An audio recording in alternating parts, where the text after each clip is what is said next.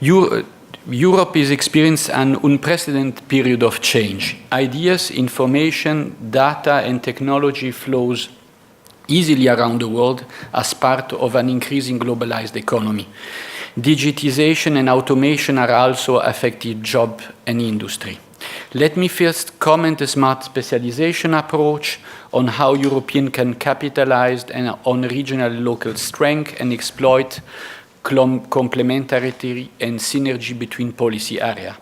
I will then present some slides on ESIF support to research and innovation and synergy with H2020 and conclude, because I've been asked to, with some information about the implementation of digital innovation hubs as a means of supporting businesses, notably SMEs and non-tech industry in their digital transformation. Smart specialization has helped policymakers to focus on the quality of investment in research and innovation. It is not only the level of research and innovation that counts. The quantity of research and development spending and expenditure symbolized by this 3% objective of R&D as a percentage of gross domestic product. But I would say foremost what is important is the quality. And in this situation, as we have seen it here in these first 24 hours, I will really underline this. We see excellency, but it's not only when we are in a region where we invest in structural funds, we are investing on quality. What I mean this means the composition of investment, its specialization, and the way that quality can be obtained through collaborative governance. This also means entrepreneurial discovery process of smart specialization, so really a bottom-up approach.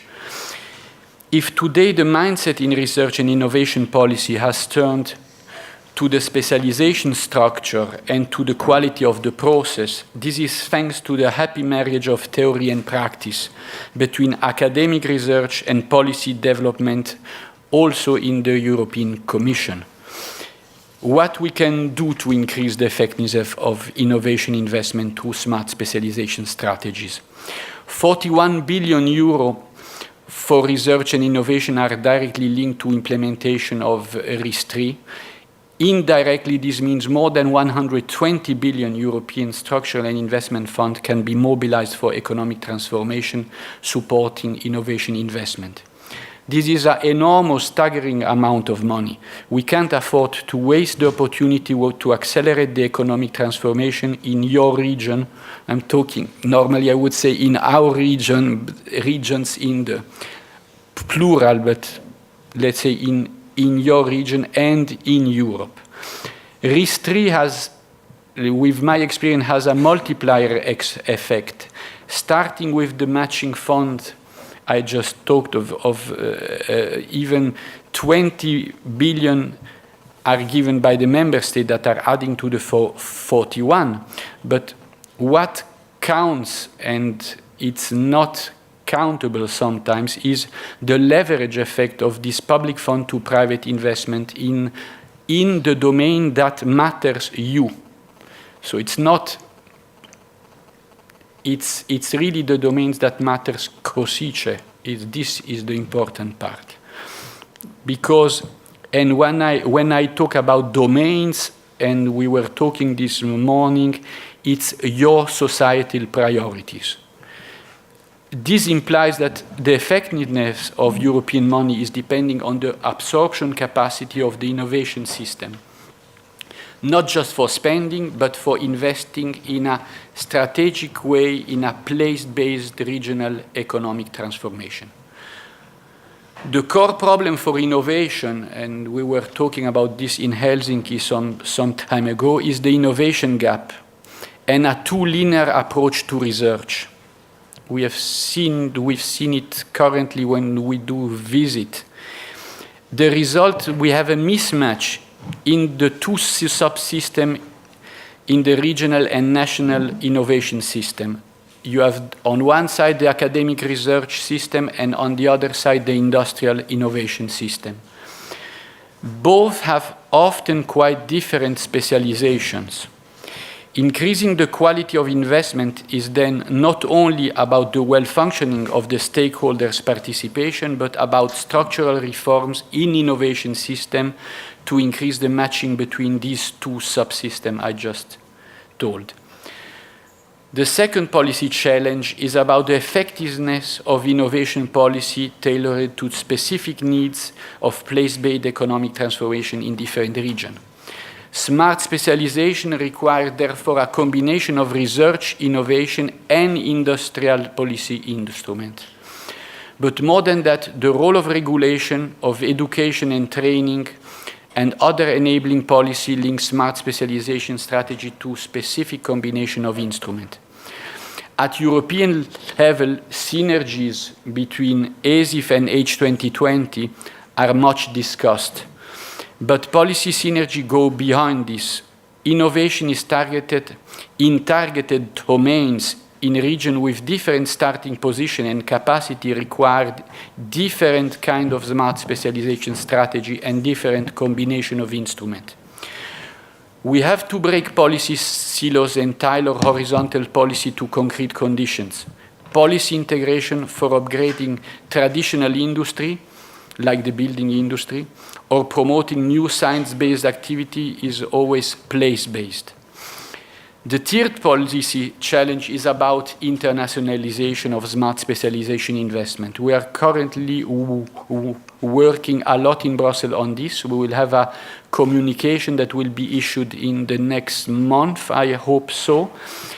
Smart specialization for place-based economic transformation has and must have an outward-looking approach. Successful innovation in regional ecosystem is not inward-looking. It needs upscaling at the level of European market and eventually global value chains. Smart specialization emerges in strong cluster and seeks to exploit complementarity with other specialized partners in European value chain. Interregional cooperation, therefore, becomes a strategic axis of further deepening and implementation of RIS3 in all regions. No single region or country can develop solution for major challenges such as energy transition. We were seeing a project yesterday, electric mobility or personalized health. We need smart cooperation based on smart specialization. RIS3 allows all regions to use the unique feature of their innovation system to be attractive for partners, provided they invest in upgrading their innovation capacity. Europe is very diverse and we can capitalize on this diversity. When all regions are mobilizing their effort for industrial transformations, such as digitization of or circular economy, taking advantage of their own strength, but using also each other's strength to achieve common objective, that is called smart specialization. While fostering the progress of regions, smart specialization strategy fosters the progress of Europe. It is in the European approach to internationalization and globalization with a positive use of diversity, and therefore no region is left behind. May I very shortly show 3 slides on ESIF support for research and innovation. ESIF is different, but at the same time complementary to H2020.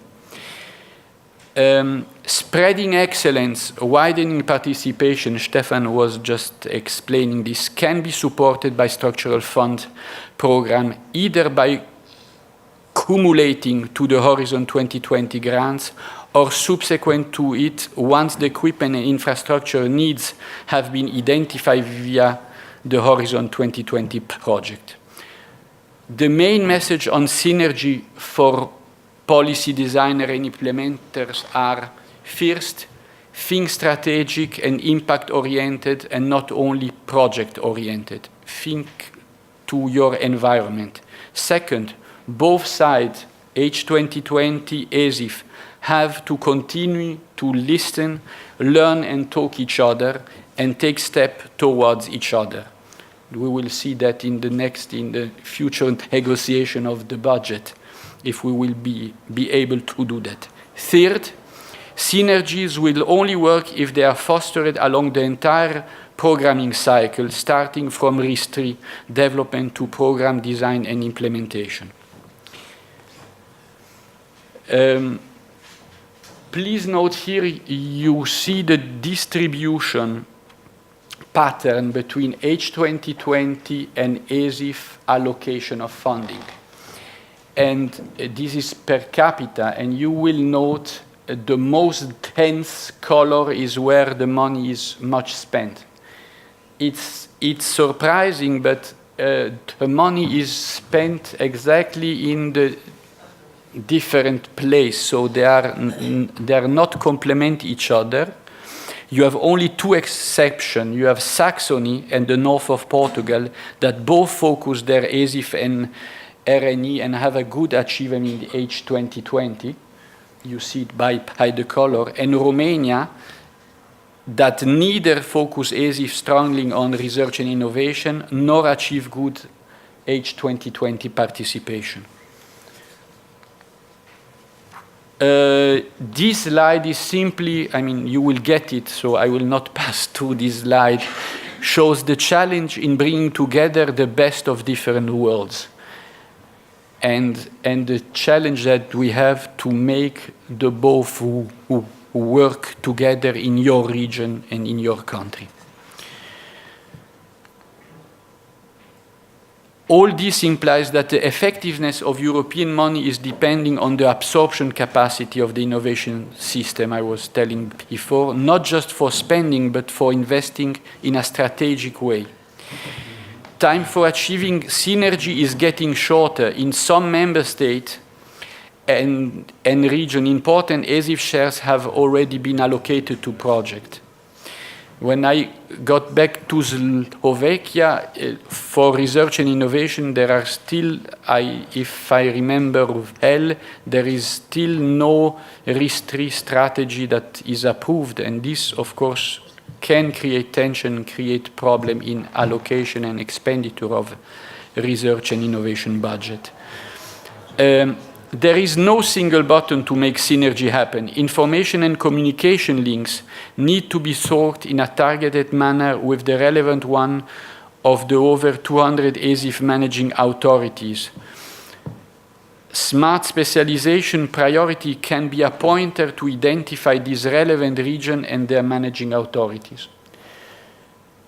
This means the idea is to get synergy and complementarities not only at project level. It is too little and too late. If you get this synergy, it's not enough to get a result and spend the money. A strategic approach is required at the level of RIS3, in particular via finding matching partners based on smart specialization priorities of member state and region.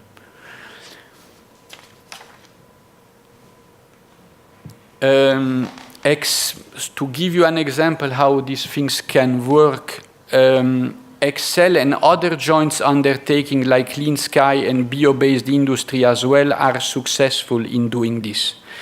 This is an example of Clean Sky.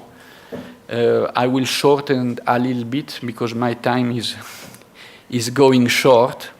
But what is important is that Clean Sky is a joint technology initiative between the European Commission and the European aeronautic industry. And this joint technology initiative is linking and making synergy with the European Structural and Investment Fund by, in fact, trying to build memoranda of understanding between the joint undertaking and different regions, highlighting the smart specialization that were declared by the region. So this is really a complete bottom-up approach launched by the private aeronautic sector to unlock not only H2020 money, but unlock also structural fund in the region in which you have aeronautic small, medium enterprises that are making research and innovation, innovate with money coming from the structural funds. So I will not go further in the description, but it's really important, and it's a powerful tool. There are other examples, like I've just said, in bio-based industry, and also another one is in Italy with the Excel joint undertaking that actually synchronize part of its funding decision and project selection with the ERDF research and innovation investment finance by the structural fund in Italy.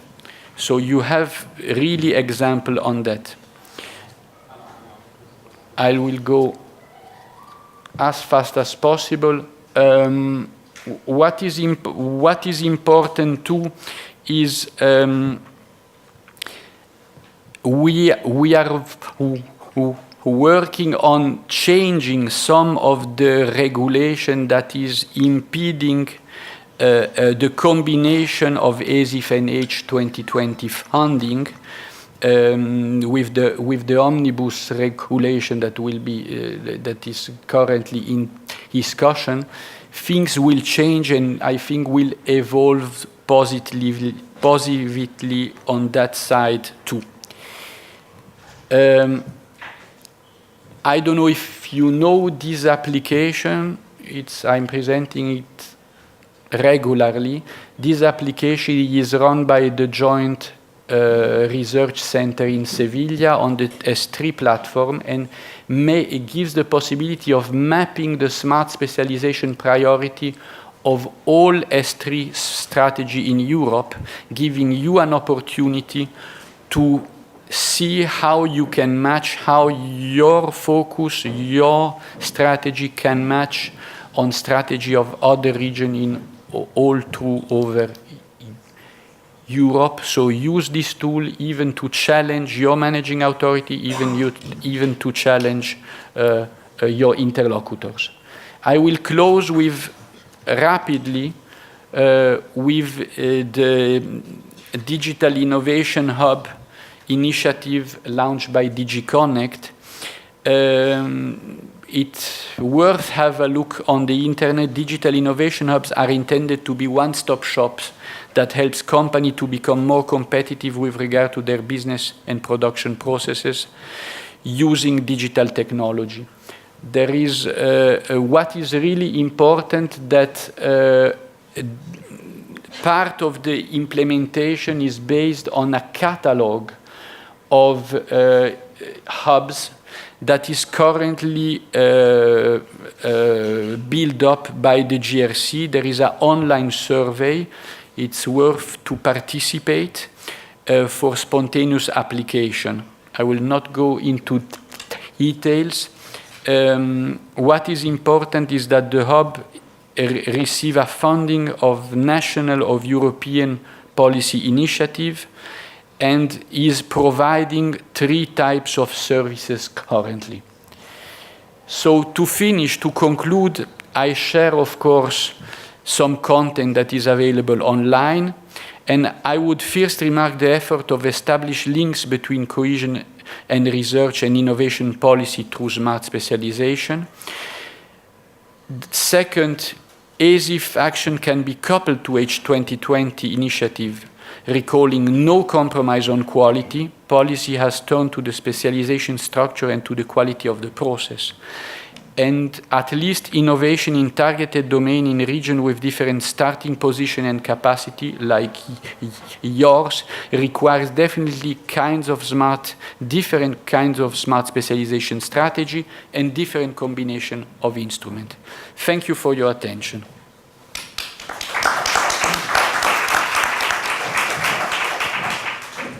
Thank you very much for respecting the time. I would like to invite Milan to join there. Milandado, Professor Milandado is the coordinator of the FP7 ERA chair, the first widening measure funded in Slovakia. So I think he will give you a bit of an insight, not only on the project, but on their experience, so that you can learn about it. Thank you for respecting the time. Otherwise, Daniel is... Thank you very much. Thank you very much, Adeline. Ladies and gentlemen, I would like to inform you about a very particular project, not about such broad topics as my colleagues presented. It is about ERA chair project we started at the end of 7 framework program. It was probably one of the last calls of 7 framework program, and this pilot action is one of the pilot actions in area of ERA chair projects.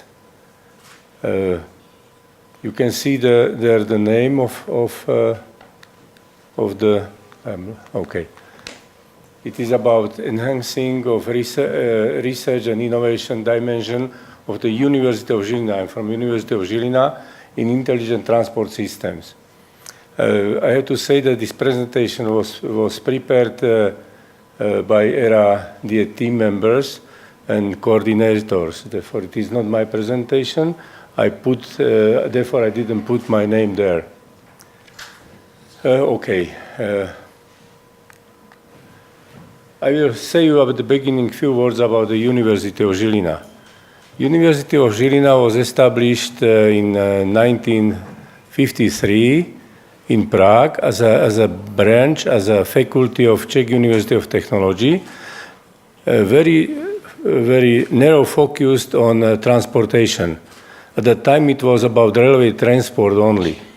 And at the beginning of 60s, it was moved to Žilina and became with the name of University of Transport. And now it is University of Žilina, but still at the faculties, we have 7 faculties there. Still at the faculties is very often topic of transportation in the different areas. And first success in framework programs we had in 5th framework program. It was in 2000. We were recognized at the time as a Center of Excellence for Transport Research. It was one call about Centers of Excellence in Europe. We have about 10,000 students, 9,000 students, and about 600 teaching staff we have at the university. Why we decided to prepare ERA chair proposal with orientation to intelligent transport system? We decided to prepare it because of historical background. Already I said about it. Few words. Historical background was actually in transportation. Because of research infrastructure, we got a lot of new equipments to the laboratories and to the science park, to research center, because of structural funds, and many of them were oriented to different areas of transportation. It is not only about the transportation, it is about support of transportation with the information and communication technologies. And we had at the time, 2-3 years ago, very good background, and we were in the period of finishing of building up University Science Park, and it was good challenge for us, very nice challenge for us to prepare something because we had this infrastructure. And we had human resources also there because of faculties, because of teachers at the faculties and researchers at the faculties. And transport is still dominant area in Horizon 2020. When we decided to prepare such proposal, we thought about such areas in intelligent transport systems. It is about cooperative and complex systems, smart solution for transport, decarbonization of mobility, e-mobility, business models for ITS and ICT, inclusive mobility and social effects of ICT deployment. Our vision of ERA-Chair project was, or is, ERADIT is developing significant ITS topic with an international recognition footprint. And because of that, we would like to unlock potential of University of Žilina with the different tools. The tools can be defined with the keywords as vision, specialization, strategy, synergies, action plan, interaction, and of course, transformation of the university. And the main actions can be divided in three main areas. It is influence of research and innovation, institutional and structural changes at the university, and regional development. By the way, in the field of regional development, we had very good experiences when we prepared this project, proposal of this project, because we got in FP6 it was, project for regional innovation strategy with the name Žilina Innovation Policy. We done it at that time for regional office, and I can say now that we had, it was very successful project, very good evaluated, and more years after the finishing of this project, the regional government, they used the result we achieved. They used the results for economical and social development in the region. And we had very good contacts, and present time, we have very good contacts with them, very good collaboration with them. ERA-Chair team collaborates with a regional development agency, and actually we are very happy we have such nice relationships there. Well, I would like to inform you about some examples, some successful examples. First of all, I would like to say about the first project we got as a ERA-Chair team. It was project CMARC, which was about safety improvement on road crossing. It was prepared with the Austrian Research Promotion Agency. Leader was Joanneum Research Graz, Austria, and partnership was with Siemens Planum and University of Žilina, but special with the Institute of Forensic Engineering. We were a very strong institute at the university in the field of forensic engineering. Second, I would like to say it was a conference organized last year in November in Žilina. It was managed by Professor Tatiana Čoreva sitting here, and I can say it was a very successful conference. We had there about 23 countries participating in the conference. And what was very important at the end of the conference, they prepare publication with the key elements and make conclusion from the parallel working groups on autonomous driving, which is now a very hot topic, and about mobility as a service. And in my view, and in view of many experts in the area of intelligent transportation systems or in transportation in general, this material is evaluated as a very comprehensive material for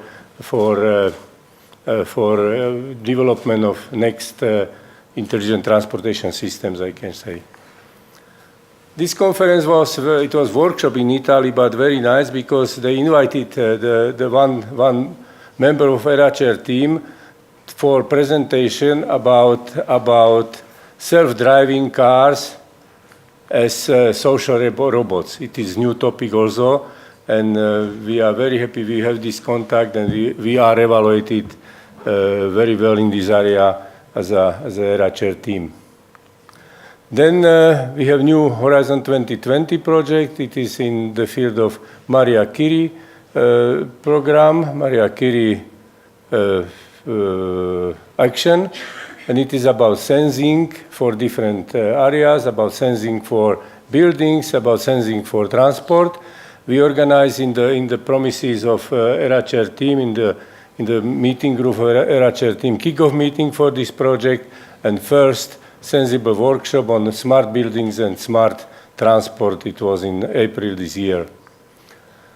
Then last success in the Horizon 2020 was Project Motive, mobility and time value, which was prepared by one of member of our ERA chair team, and of course with other ERA chair team, but Giuseppe Lugano was leader of this team. And we have there 7 partners with 6 EU countries.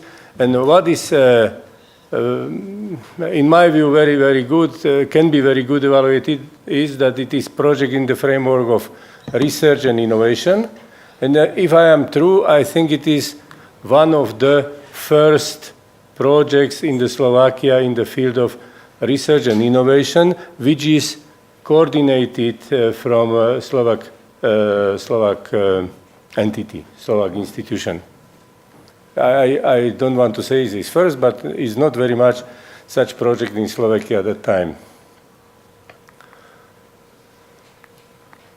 Something has happened? Okay. No. Now we are organizing conference in Helsinki, in Finland. It is the conference Smart Cities, and our conference will has a name INSYS 2017. It is about intelligent transport systems from research and development to the market uptake. And you are invited to submit the papers, and I'm very happy we are collaborating in this with 2 very important institutions, European institutions. It is European Alliance of Innovation and CreateNet. We have very good contacts with them, and Tatiana Chereva is preparing its very, very close collaboration with those institutions there. Then just last week, I think we finalized the program for UNISA Grand Week, which is prepared for, not only for UNISA, it is prepared for practically all institutions in Slovakia dealing with preparation of projects for Horizon 2020 and for another programs in Europe. We invited very known speakers for presentation. You can see I will not read the name because of time. And I think people from Slovak institution, from ERA team, UNISA, other Slovak institution, companies, and Slovak Center of Scientific and Technical Information. We will have there about 40 participants. Already program is closed, and the name of participants is final now. It is information from last week on the European Transport Innovation Challenge 2017. Our students from the university, PhD students, got award for innovation in area of EU transport decarbonization.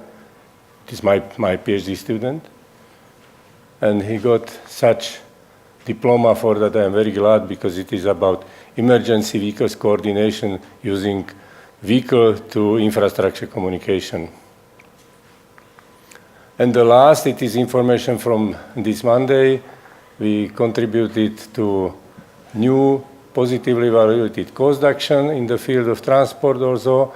And what is very interesting is that in these cost actions are those people from Austria, France, Ireland, Italy, Spain, and all those people participated in our conference in November last week. And that's very good. We established such contact with them, and we will be able to prepare very good proposal for cost action. Memorandum of understanding is in preparation now. More information about the activities of ERA project you can see on the web page. And I will say you at the end of my speech about some challenges and obstacles we have. I will not read everything, but I will show you what we need to solved during this Irradiate project. First is it's not easy to establish synergies and collaborative environment between ERA-chair team and university units, because the universities in general, it is competition between the departments, between the faculties and so on. And this project is very special because it is project not for one small department, it is for whole university and for, as I said, for 6, 7 faculties. And sometimes it is not easy to communicate with the researchers and the faculties. Then the second problem we see is that the teams, the departments at the university, they are not very interdisciplinary oriented. They are more oriented to the very narrow topics. It's good, but we have to integrate them, and it is not easy work. And then I think it is problem at all universities in Slovakia, not only in Žilina. We are not prepared enough for communication in English. It is not about young people, but it is problem with the administrative workers. It is problem with very often with the older people and so on. But it is still problem at the universities I think in Slovakia. Then Slovakia, in my view, has not enough support for research and development. That's the problem of universities, because university has to educate based on research, good research. Then in technical areas, in technology areas, there is decreasing number of students and researchers, mainly in topics like information and communication technologies. Young people go to business because the salaries are there much higher. Then we are very, very good in Slovakia in high administrative burden. It is not problem in Slovakia, probably. And universities are quite conservative. It is normal that they are conservative. And such project as the ERA-chair project in our case, because it is for whole university, it is something artificial inside. And therefore, it was not easy to find a good way for collaboration with the different departments and faculties.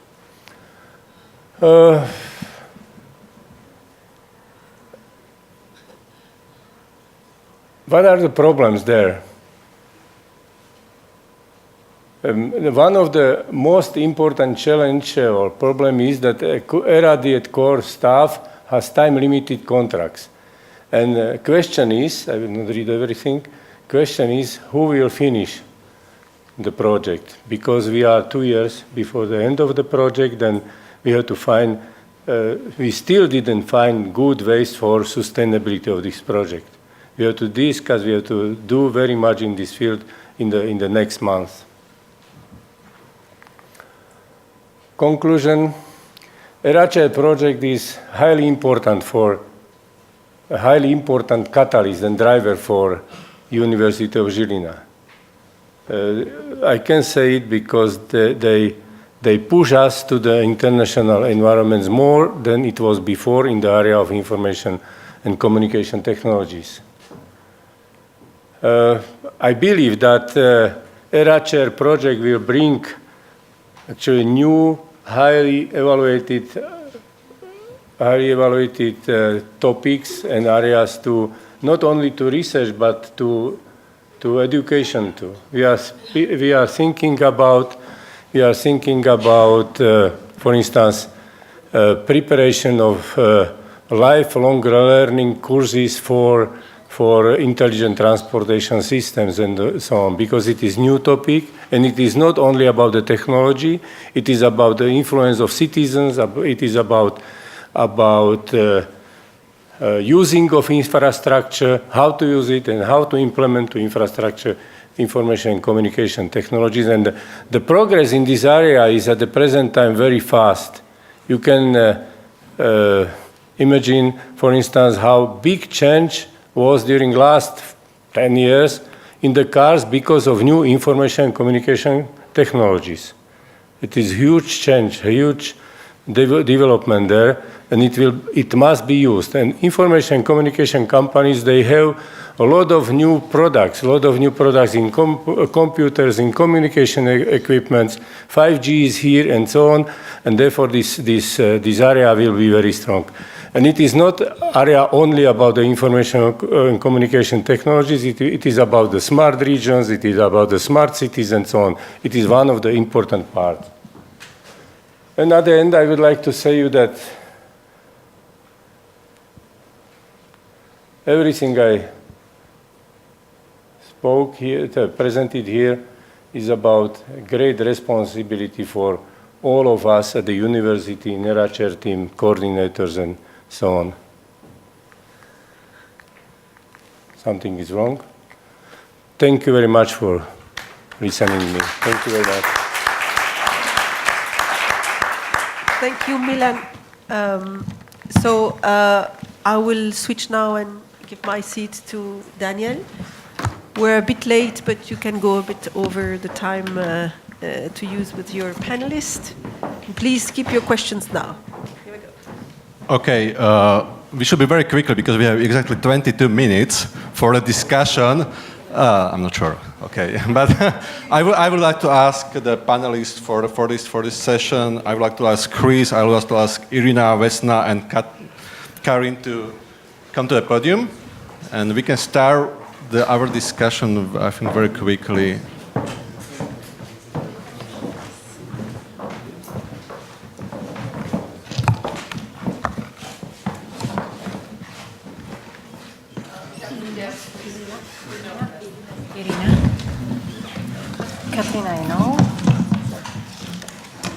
Okay, welcome everybody.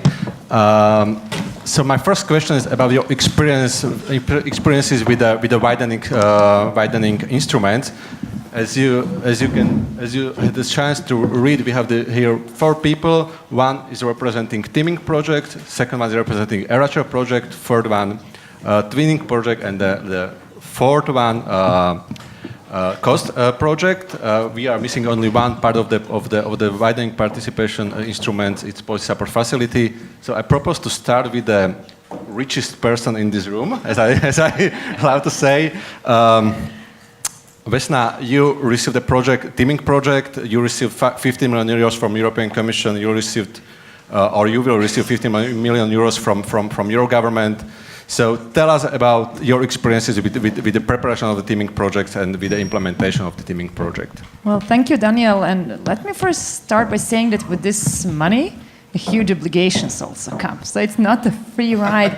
And the way that we see teaming and the way we saw it during the proposal stage, and I can only suppose that was one of the reasons why we were successful, we saw the goals of the teaming extending far beyond the scientific excellence.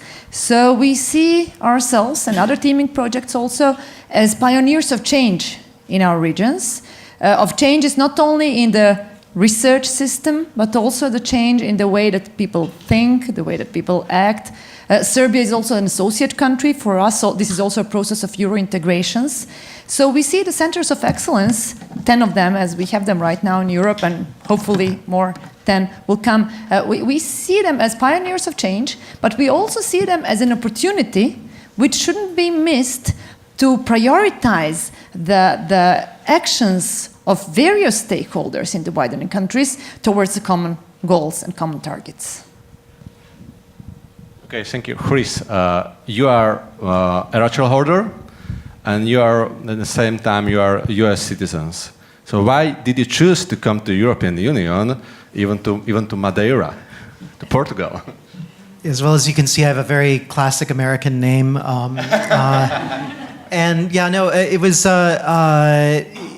it's a zany place, MITI. It's a small, relatively recent research institute, about 8 years old. I kept running into some of the researchers from there.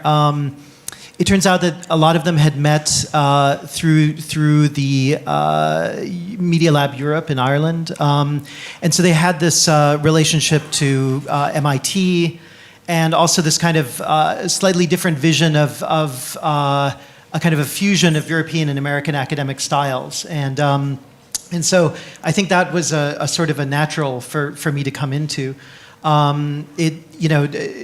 It's rare that I find an environment that's as weird as I am, and so so that was very, very kind of helpful. It was great to see Milan's presentation, because I recognized many of the same kinds of issues that the ERA chair is essentially. It's an inorganic kind of transplant, right? And so, they were looking to me to bring some American, juju with me, and some of the work that I had done before, and that's the strength, and it's also the kind of struggle, is the fact that you are kind of coming as a transplant. Madeira is full of transplants. We have more non-invasive species than I think anywhere in Europe, but it's been really interesting to be kind of involved in that struggle. I think the other kind of interesting thing is just being in such a peripheral area.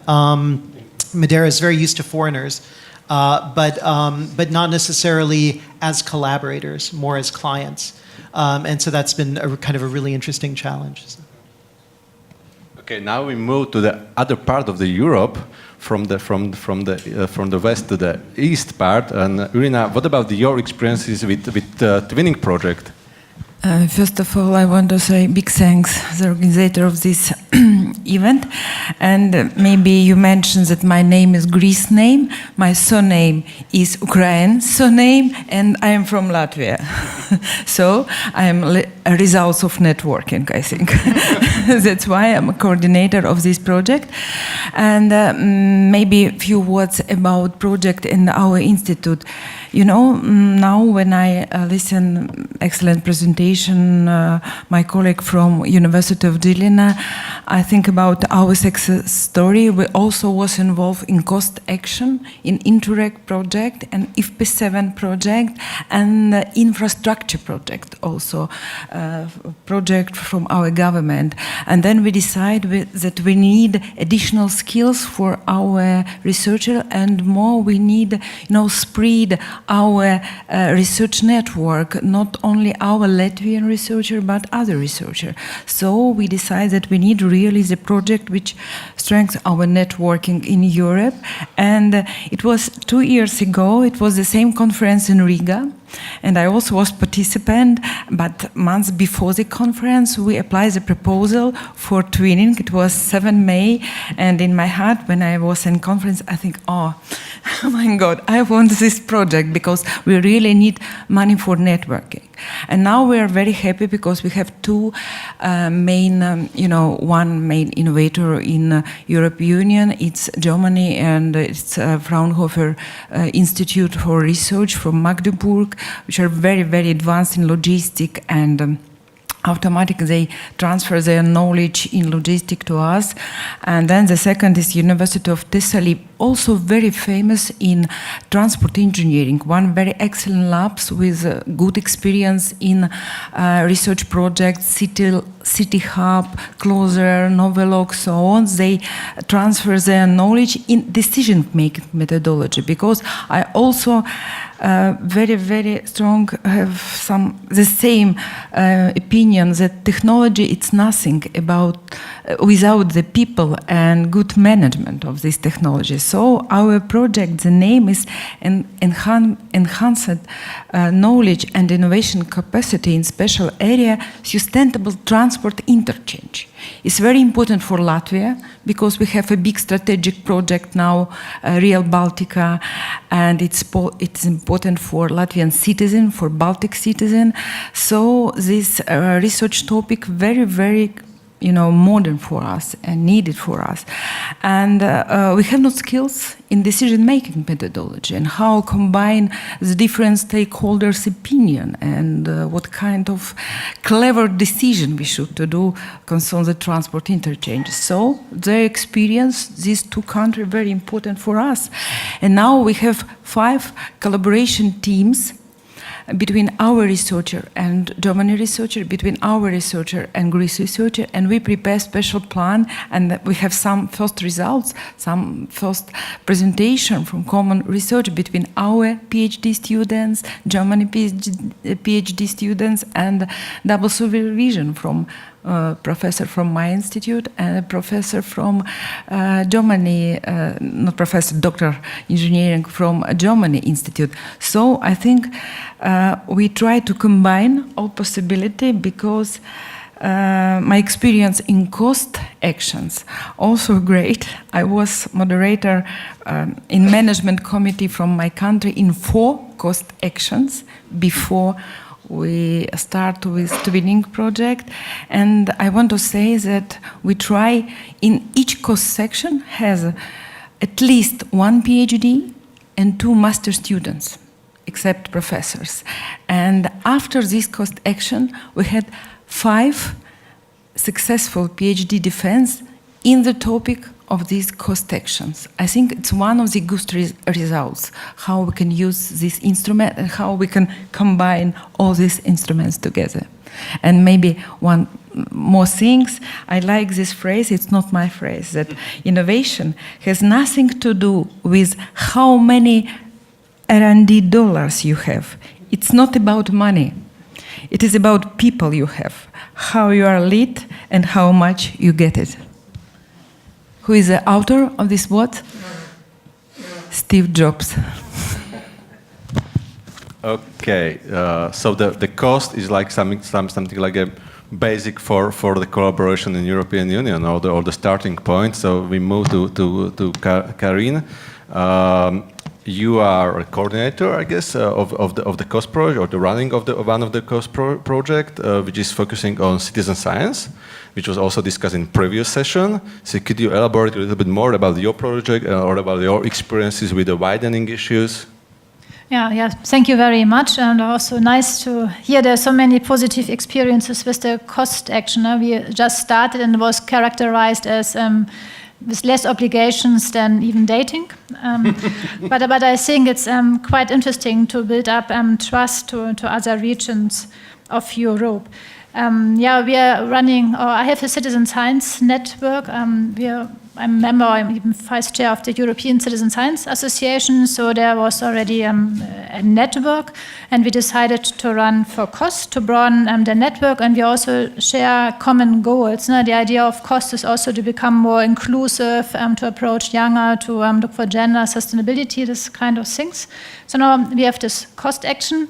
And I have to learn, I'm now having an intergovernmental committee, right? It's not always the persons who wrote the proposal who are now members of the MC board, and the countries, they nominate the MC members. So it's a challenge because they nominate persons who have heard of citizen science or not. And we have to be excellent on one side, and we have to also follow this inclusiveness targets. But on the other hand, it's a big chance. We only started last year, December, and we had a MC meeting with great social scientists from Hungary, and they said, well, we make a session on invisible citizen science.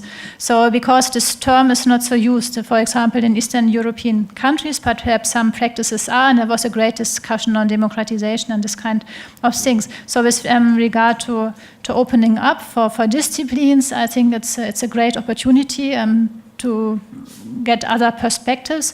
It's also a great opportunity with regard to other countries because it's really opening up our network, and also with regard to integrating youth, which already was an issue today. There are also chances, I think for them most interesting are the short-term scientific missions to really move around, look for partners and expertise for their PhD programs. I think with regard to gender, it's not really a problem if you only count the heads. If you look a bit deeper and look what people are really doing, we have the classical things that we have more females on this engagement, communication parts, and we also deal with this issues of data standardization, and there this group is a bit more dominated by men. But something else we discussed in the morning is the question of social inclusiveness, and that's something we really would like to address also in the citizen science community, and that is not so easy. A cost action is the network of scientists, so the language is English, so you can do research on how to manage inclusiveness, but it's not the instrument to really reaches. You can see them as multiplicators and develop best practices, but then the local and regional networks at countryside, I think they are quite important also to address. Okay, thank you. This was the first line. I would like to say that you can also ask questions through the Slido, the Slovak startup company that allows you to ask questions to the panelists. My second question probably is if probably there are people in the audience that would like to prepare a project and they would like to be as successful as you or as Milan or people from Žilina to increase their research capacity at their institutions. What will be your advice to them in the process of preparation project? What they should what they should care about before the project start, or what is the best practices how to succeed in this very tough competition? Would like to start. I think you need start from very clear idea what you want to have as results of this project. And then, of course, you need to understand how it consists in the puzzle of your common strategy, of your entity. Because if it's like something out of your strategy, it's nothing for you. And then, of course, it's most important the partners. Because you need to have partners which are very advanced in the same topic, they want the same than you, and you understand each other. So the collaboration experience with these partners is very important. For example, before we start with this teaming project, we wrote the agreement in the other project with Germany partner and Greece partner about scientific collaboration, and we start 1 year before to think about it. So, idea, what is the part of your common strategy and the partners. And then, of course, you need the team, most important. Yes, I would actually like to add something. Of course, the idea and the hard work is behind all of it, but we should recognize that there are excellent researchers even in the poorest of regions where the institutions are not well developed, governments are not functioning properly. That doesn't mean that there are no excellent researchers. And I would just like to stress how terribly significant widening instrument has been from us. I think all of us started long way back in cost actions. Then there was RECPOT that we benefited from. Now there is teaming. And we could have absolutely never achieved what we have achieved if it wasn't for these instruments. So I would like to stress how actually grateful we are to the European Commission for having a widening instrument, as we see that as the tool to achieve cohesion around Europe and to promote and help those excellent researchers that no matter how much hard work they would put on, without these instruments, they would be nowhere. How important is the support from let's say, from the government or from your own institution during the preparation of the project? I think this is also always the problem that, according to my knowledge, mainly in the EU15, the research institution could support better the researchers during the preparation of the project. In EU13, it's more on the researchers to prepare the project. What is your experiences with the support from your research institution, or even for the region or from the government? I have experience, but maybe I need special remarks that we are private university in Latvia, but with, full accredited by government. But why we are lucky? Because we are in special area of interest in STEM. Science, technical, engineering, math. So government support us because we really need to increase the number of students, PhD in this special area, and our PhD program also in this special area, because we are both educational and research establishment, yes. Government support us, and I want to say that we are not so lucky as my colleague, because we also try with teaming proposal and government support us. They give us a letter of support, but of of course, it was our first experience. Maybe we will have teaming in the future after Horizon 2020, and we will try again to do the same, improve our knowledge in it. We are very sure that it's a very important instrument for a widening country. And also governments support us, for example, in PhD grants, in postdoc grants, and now as a result of our research activity, we have possibility to have some grants for postdoc. I think it's one of very important things. I would like to add on this. So my feeling, or our feeling, is a bit there are some persons who are very well informed about the cost action options, also especially in the ETC countries, also in other countries, and that information is not spread enough. So there may be some persons specialized on cost and not necessarily on the specific topics. So one thing is I could imagine that it would be nice to communicate a bit more about this nice option for cost. And the other thing is it's some people think it's really something like a research program, which it is not. No, it's something you can do some networking, but we realize it's, especially for poorer countries, very difficult to really have the resources for the personal work. You know, you really need time also for a cost action. And so something like you just mentioned, like a grant, so some support from the countries, especially for the younger persons, I think that could be very interesting. As the ERA chair holder, I wasn't involved in, actually the actual proposal process, but I will say that our regional government has been very supportive throughout the process, and supportive in several ways. Not only offering support, not only making connections, but also offering, funding that fills in the gaps in other ways. So, whereas the national we don't seem to have a very clear path towards the national, and I'm still very new, so I'm not exactly sure what the reason is. But. Okay, I would like to ask you, Chris, because at the opening session we listened that we should be afraid about the US because we are doing much more better than the European Union. Do you have such kind of instrument in the US, or how do you support that kind of researchers, or are there some disparities? Sure, there are disparities between states in the US, but do you have something like that in the United States? I'm probably the wrong person to ask because if you were looking at it from, say, the NSF or the NIH, I don't believe there's anything like that. But the funding landscape is completely different, and this is I'm very much in the middle of a learning curve right now, trying to not only understand the various instruments, but the very first proposal I did, I threw together in 5 weeks for an H2020 proposal. Right after landing in Europe, we passed the excellence threshold, and one of my colleagues later said, everyone was amazed, and he said, "I've never seen anyone pass the excellence threshold with absolutely no idea what a European reviewer would be looking for." And that's kind of the situation I've been in, and I'm gradually learning and trying to understand.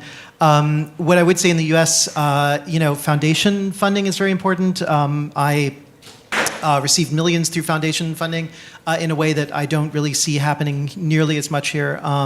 And actual individual donations are very important because I believe, have a very different tax structure. And so, much of, when I was at MIT, much of my work was, I would routinely be brought in to talk to rich people, and essentially pitch work, and we would then get, fairly large, donations from that. So everything is very different. But, I would say the U.S. is unabashed. I mean, do be afraid of the U.S. That's the theme of my talk tomorrow is, do be afraid of the U.S. and more importantly, come up with a voice that's just as strong. So we'll talk about that tomorrow. Can I follow up? Yeah. You were actually just confirming of what I was thinking, that widening is very European. It's kind of European alternative to funding and to nurturing the regions and differences. And for that, I think we should truly support it. And for once, I would like to see very much that countries and regions and institutions that are winning widening projects are super proud about that. So in Europe, we have created this brand of scientific excellence with ERC, And institutions or countries that have ERC grant holders are very proud of that. And I think in future we should work on making them be very proud when they participate in widening actions. Because they are very specifically, very, kind of civilized actions that we cannot see throughout the rest of the world. And actually, they can promote Europe as the best place for global research talents to be. Now, beat that, US. Okay, so it's like a pyramid, or it's a puzzle that we have the cost on the bottom, then we have the let's say the twinning, error share, and somewhere on the top we have the teaming, or it's more the puzzle that they are trying to put one into another, or how do you see? What are you thinking about the future? What are your next steps? So you are going to implement your project. That's good. But what are the next steps after the project, or what are your expectations from the project?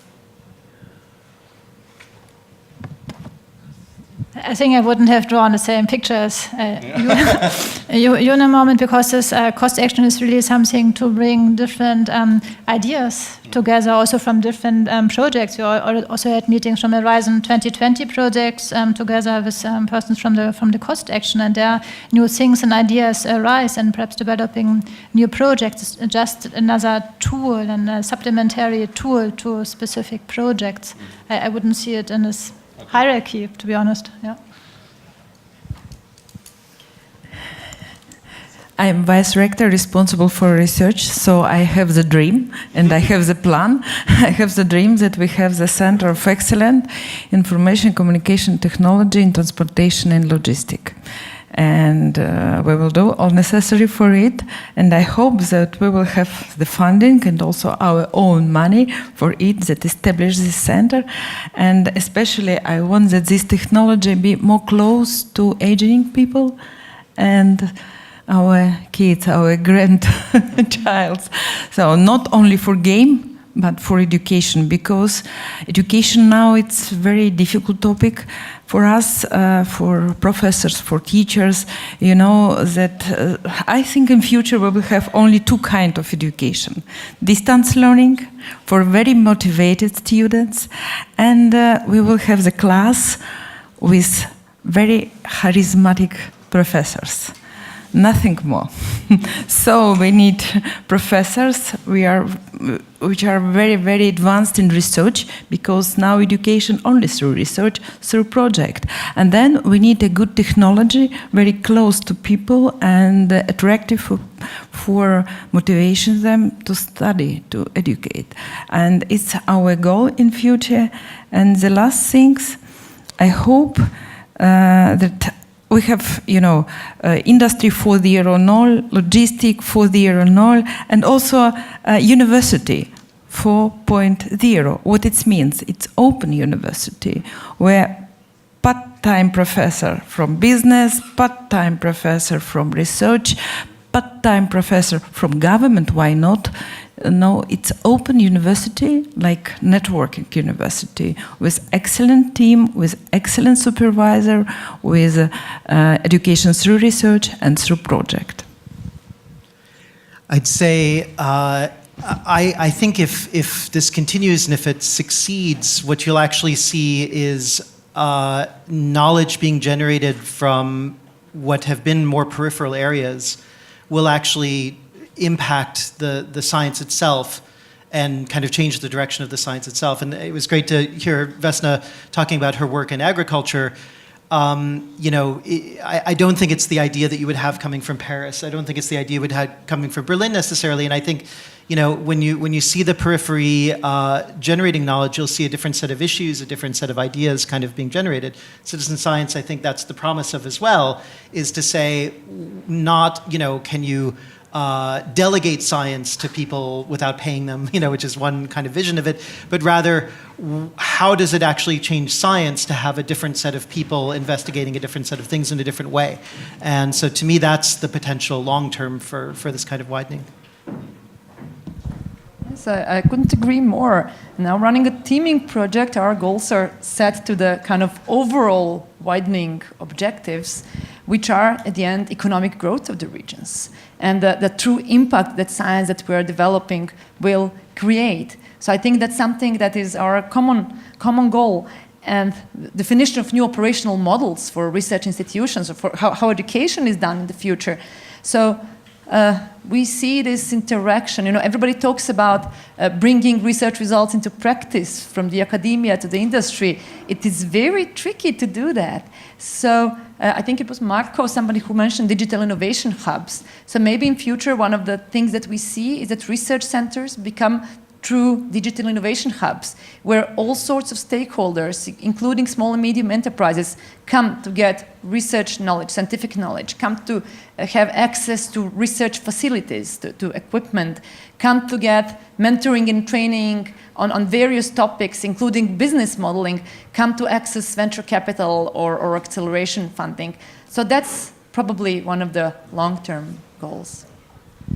Okay, very last question, because we are 7 minutes after 4. About the FP9, about the future, and probably about a proposal for the future framework program. Would you like to continue with this instruments? Would you like to propose new kind of instruments?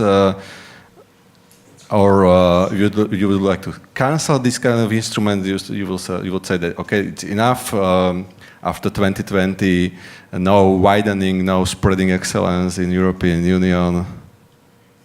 You want me to start? Yeah. Okay, so I think we all agree, a big no, what you have suggested.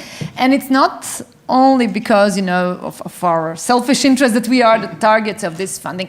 I can just maybe quote, this morning while I was here, our Minister of Science and the local Minister of Science and the Agency of Government of Serbia and all sorts of different bodies in Serbia who never actually worked together, this morning they started working together and they signed a contract about our project. And while I was sitting here, I was reading the news, and I would just like to quote what the minister said, because this was quite touchy for me. He said, "We have shown that joined around one project, we can do everything that best depicts the process of Euro integrations. We follow our European path as true partners of our European friends." So this is big wow for me. Putting people together, institutions together that never worked before, having synchronization between different funds, between goals of different stakeholders in one society, and focusing them around scientific topics. That is an amazing achievement. And that has been achieved due to widening. So I'm a big fan and big supporter of widening in FP9. And I would just like to depict this picture of a beautiful ecosystem of a coral reef. We have all sorts of fish and sharks and little Nemo and algae, and they're competitors, yet they come together, interact, and create a beautiful ecosystem. So that's widening, and the old Europe and the new Europe. I think that only together we can create this beautiful ecosystem. Only to have it bleached by global warming. Oil ships. Yeah, I mean, I agree completely that these instruments should remain. I think the ERA chair is perhaps unique in a couple of ways that Milan covered earlier. So I have some concrete suggestions. I won't necessarily go into all of them now, but I think there's some ways that the ERA chair can be introduced and lessons learned and shared that would make it easier for holders and the host institutions both to figure out how to take this inorganic kind of action. But yes, absolutely, it's great. And I would just say in my own institution, and then also in kind of our autonomous region, we're just seeing tremendous impacts. I mean, impacts the institution. The institution's changed entirely its kind of legal status over the last 5 weeks or so. And I think that was partly because of the RA chair. I think, I came to an institution where the thing that really struck me was researchers felt hopeless. Between austerity and I think the the disposition towards fado that Portuguese people have, there was just this kind of sense of no options. That there was no positive way to go. And at least now, I really see some of the researchers who've been there for a while being energized by the process. So I think it's very important from what I've seen. So. Of course, we're also very interested that in future this program and this kind of support will happen in FP9. And most important for Baltic country, for example, we have a big competition between industry and research in salary for young, especially in information technology. And so we need some support how we can attract more talent researcher for work in university. For us, it's very important. Maybe what I suggest that maybe Commission pay more attention for synergy effect between some programs. For example, Erasmus Plus, when we can develop some double program, and maybe it will be some additional scores when we offer some proposal, when we have some, continuous success story in some special line. It's not like a sporadic effect. It's like some constant line, basic line for this entity. And if Commission sees this strong basic line, why not? Why not support in future also widening country? Yeah, I think we need this island of not a necessity to be really relevant, also for scientists, for this creativity, but for everything in the area of sustainability, I think this opening is very important, and also the 3 O's already offer some pathways to it. For example, this island matrix, because one of the resistance I feel is in the scientific system. So the idea that the scientists are also proud if they're not doing their papers, which are counted, but if they are proud that the science is open, accessible, and useful, that would be quite nice. And to be a bit more concrete, I think we can work a bit on this eligibility criteria to really open up also the options to apply for these different tools. Okay, I think that's it. We will continue on the second floor with the workshop on widening participation, where you can learn more about the preparation of the project. Thank you very much to our panelists. Thank you very much to our speakers. I think we can give them big applause.